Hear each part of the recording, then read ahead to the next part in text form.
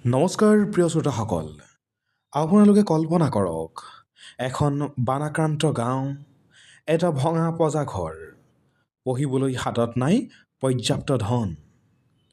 কিন্তু সেইজন ল'ৰাই এদিন বিশ্বৰ শ্ৰেষ্ঠ বিশ্ববিদ্যালয় হাৰ্ভাৰ্ডত বহি মানৱ জাতিৰ কল্যাণৰ বাবে গৱেষণা কৰিব বুলি কোনে ভাবিছিল?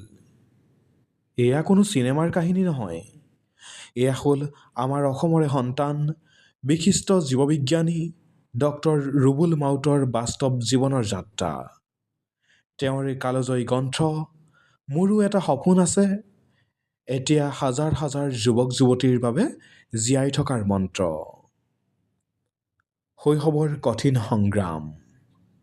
ৰুবুল মাউতৰ জন্ম হৈছিল ধেমাজিৰ এখন পিছপৰা গাঁৱত।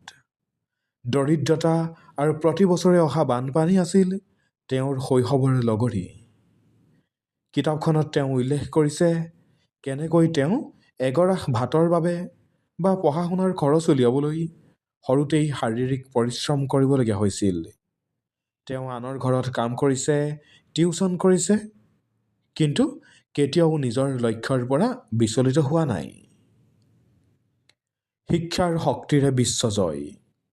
অভাৱক নেওচি তেওঁ পঢ়া শুনাত মনোযোগ দিলে। উত্তৰ লখিমপুৰ মহাবিদ্যালয়ৰ পৰা তেওঁৰ যাত্ৰা আৰম্ভ হৈছিল। তাৰপিছত তেওঁ থমকি ৰোৱা নাই। তেওঁ বুজি পাইছিল যে শিক্ষা হ'ল এনে এক অস্ত্ৰ যাৰ দ্বাৰা পৃথিৱীৰ যিকোনো কঠিন যুদ্ধ জয় কৰিব পাৰি। তেওঁ ভাৰতৰ পৰা গৈ আমেৰিকাত উপস্থিত হ'ল আৰু বিজ্ঞানৰ জটিল পৰীক্ষাসমূহৰ মাজত নিজক বিলীন কৰি দিলে। বৰ্তমানৰ গৌৰৱোজ্জ্বল কৰ্মজীৱন। আজি ডক্টৰ ৰুবুল মাউত কেৱল এজন লেখক নহয়, তেওঁ এজন আন্তঃৰাষ্ট্ৰীয় পৰ্যায়ৰ জীৱবিজ্ঞানী। তেওঁ বৰ্তমান হাৰ্ভাৰ্ড মেডিকেল স্কুল আৰু বষ্টন চিলড্ৰেন্স হাস্পতালৰ ষ্টেম চেল প্ৰগ্ৰেমৰ এগৰাকী গৱেষণা সভ্য। তেওঁৰ গৱেষণাৰ বিষয় হৈছে মানৱ দেহৰ মাৰাত্মক ৰোগসমূহৰ নিৰ্মূলৰ বাবে নতুন প্ৰটিনৰ সৃষ্টি কৰা। ইয়াৰ পূৰ্বে তেওঁ ৱাশ্বিংটন বিশ্ববিদ্যালয়তো গুৰুত্বপূৰ্ণ গৱেষণা কৰিছিল।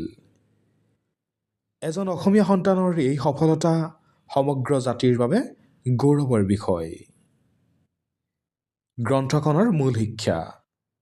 ৰুবুল মাউতে তেওঁৰ জীৱনীৰ জৰিয়তে আমাক তিনিটা ডাঙৰ শিক্ষা দিছে। পৰিস্থিতিক দোষ নিদিব। আপুনি ক'ত জন্ম লৈছে সেয়া গুৰুত্বপূৰ্ণ নহয়, আপুনি ক'লৈ যাব বিচাৰিছে সেয়াহে আচল কথা। কঠোৰ পৰিশ্ৰম। হাৰ্ভাৰ্ডৰ গৱেষণাগাৰ এদিনতে পোৱা নাযায়। ইয়াৰ পিছত আছে হাজাৰ হাজাৰ ৰাতিৰ উজাগৰি পৰিশ্ৰম। সপোন দেখাৰ সাহস। যদি আপোনাৰ এটা সপোন আছে আৰু তাক পূৰণ কৰিবলৈ আপুনি দৃঢ়প্ৰতিজ্ঞ, তেন্তে গোটেই বিশ্বই আপোনাক সহায় কৰিব। সামৰণি। বন্ধুসকল, ডক্টৰ ৰুবুল মাউতৰ কাহিনীয়ে প্ৰমাণ কৰে যে দৰিদ্ৰতা কোনো অভিশাপ নহয়, ই এক প্ৰত্যাহ্বানহে। যদি ধেমাজিৰ এজন সাধাৰণ ল'ৰাই হাৰ্ভাৰ্ড পাবগৈ পাৰে, তেন্তে আপুনি আপোনাৰ সপোন পূৰণ কৰিব কিয় নোৱাৰিব? নিজৰ ওপৰত বিশ্বাস ৰাখক আৰু কামত লাগি যাওক। যদি এই কাহিনীটোৱে আপোনাক অনুপ্ৰাণিত কৰিছে, তেন্তে ভিডিঅ'টো লাইক কৰক আৰু ডক্টৰ ৰুবুল মাউতৰ বাবে কমেণ্ট বক্সত এটা ৰেছপেক্ট লিখিবলৈ নাপাহৰিব। এনেকুৱা আৰু কাহিনীৰ বাবে আমাক ছাবস্ক্ৰাইব কৰক। ধন্যবাদ।